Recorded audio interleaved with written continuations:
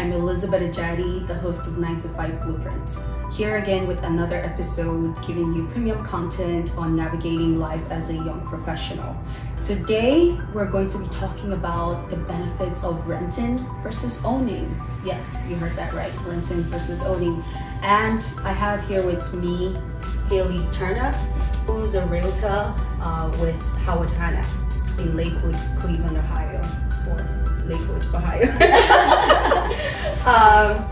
So I met Haley in 2019 when I was in the process of purchasing my own house. She was introduced to me by my mortgage officer, and I didn't have any realtor at the time. He said, I know Haley, I've worked with her on numerous occasions and she would be a good fit for you. And met her, very sweet personality, and we just hit it off, and I think she understood what I was looking for, and it was just so easy to work with her.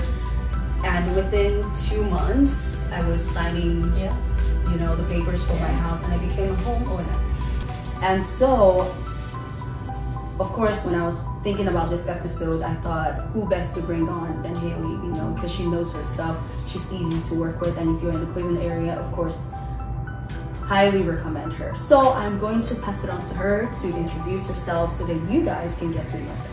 Haley. Sure. Yes, thank you. I'm Haley, so as Elizabeth said, I'm a realtor in the Cleveland market.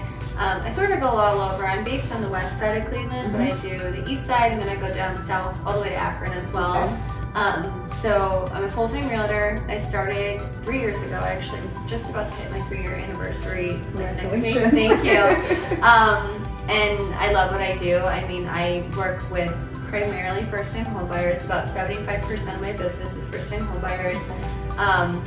But I work with both buyers and sellers. So as an agent, we can do both sides of a transaction. And so, for you're a first-time homebuyer, so you didn't have a house to sell. Mm-hmm. That's most of my market, but I also will list homes for people too.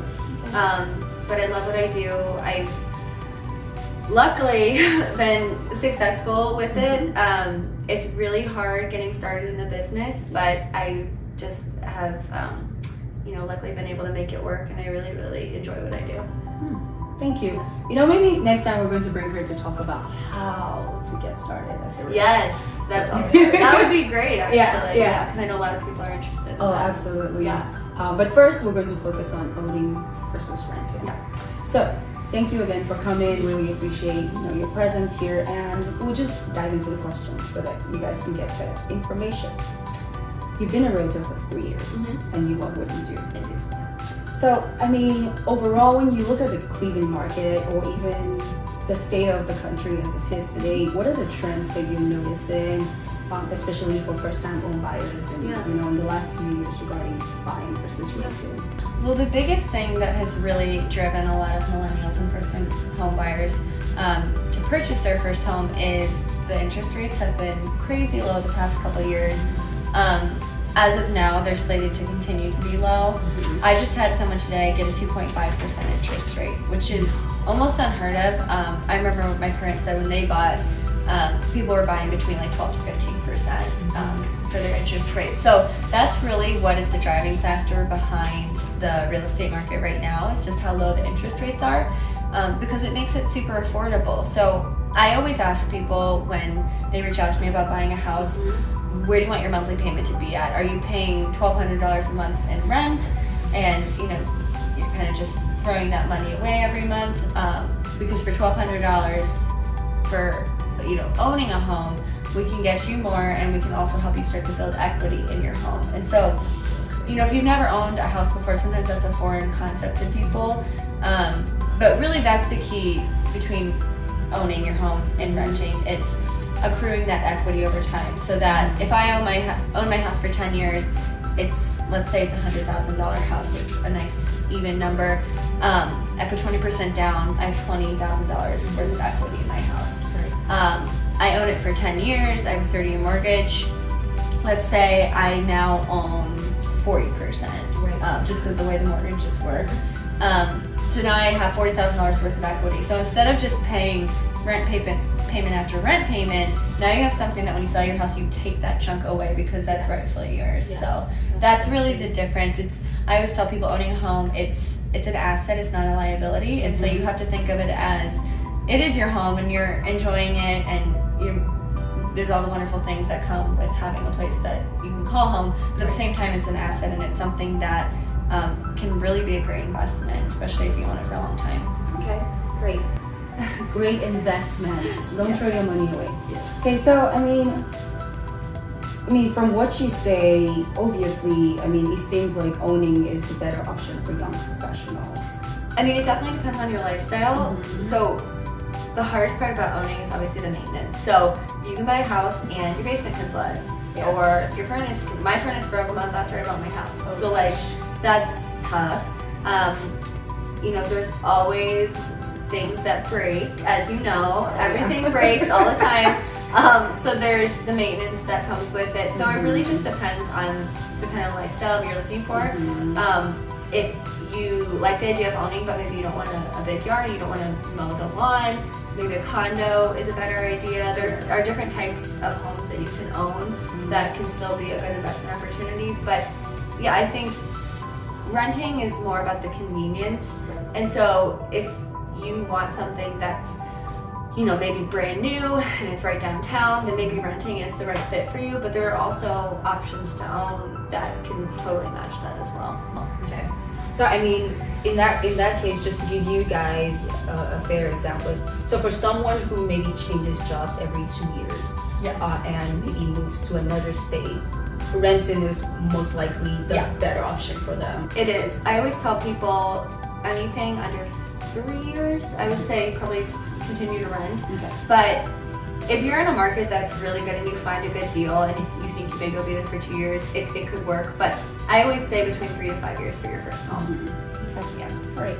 So, I mean, what options are available for first-time home buyers when they start to look at it? And alongside that, like, how much should they be looking to save? That's a really good question, because it's not as much as you think. You can put down as little as 3% when you're buying a home. Some programs you can actually put 0% down. So if you are a veteran or a physician, there are different types of loan products that you can actually really buy a house for $0. It's incredible, but that's one of the benefits of being in one of those two, either the medical profession or having veteran status. So that's actually kind of a huge perk. But if you don't qualify for one of those programs, if you have 3% down, so let's say you're looking at a $100,000 house, if you have $3,000 saved, you also have to know that you have to come to the table with closing costs. So those are your title fees, your loan fees. But in certain situations, we can ask the seller to pay for those. So I always say have a down payment saved up, whatever that may be, that you're comfortable putting down, plus about $5,000 to $10,000, just because you're going to have closing costs, and then you're also going to have moving costs, new furniture you're going to want to buy, all that. I mean, to fill up your big beautiful house. So all that stuff, it's just good to have an extra little cushion. But sometimes I have people call me who are first-time home buyers and they are like, I really want to buy a house, but I don't have 20% down. I'm like, you don't have to, and most people don't. Most people who are in their late 20s, early 30s do not have 20% down. It's very normal to put 5% down on your first house. I mean, especially if you've been renting and you maybe live downtown where you're paying $1,500 for rent. Exactly. You have other bills, obviously, so it's really hard to save a large sum of money over time in that scenario. Exactly. Okay, so final question. I mean, we've sort of answered a lot of the questions that I had listed. So, I mean, what advice would you just give to young professionals, like, especially for people that are starting out in their career, year 1 or 2 in their maybe 9-to-5 job, or maybe even not 9 to 5 if they're working in a non-conventional type job? Like, what advice would you have for them as far as, okay, this is how you weigh your options? So I think figure out how long you're going to be somewhere. Is this, are you from Cleveland and you want to stay in the Cleveland area? If so, like, maybe it is the right time to buy. So think about how long you're going to be somewhere, and what does your monthly payment allow you for renting and what does it allow you for buying? And also, like, are you gonna have a roommate? Is somebody else gonna be living with you? Because that changes your affordability completely in both aspects. So I think just figuring out how much you want to spend, how much do you have saved, and how long you're going to be somewhere, that's kind of how you can weigh your options. But I mean, really, buying is not as expensive as people think. You always think it's going to be like, oh, I have to have $50,000 saved, and it's just not true. So I think it's more attainable than people realize. Okay. Well, I mean, you heard her. It's an investment, you build equity, you know, it's about how much that you can save yourself in the long run. So again, please tell the viewers how they can contact you. What's your Instagram? What's your email? How can they reach you? Sure. It's so my Instagram is at HaleyTurner.realtor.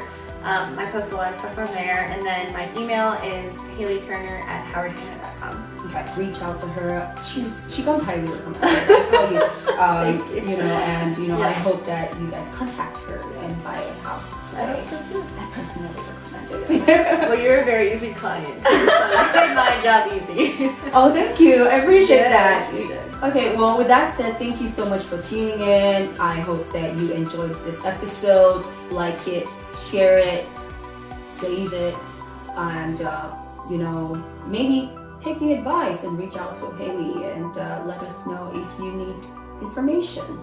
Thank you for tuning in. See you again next time.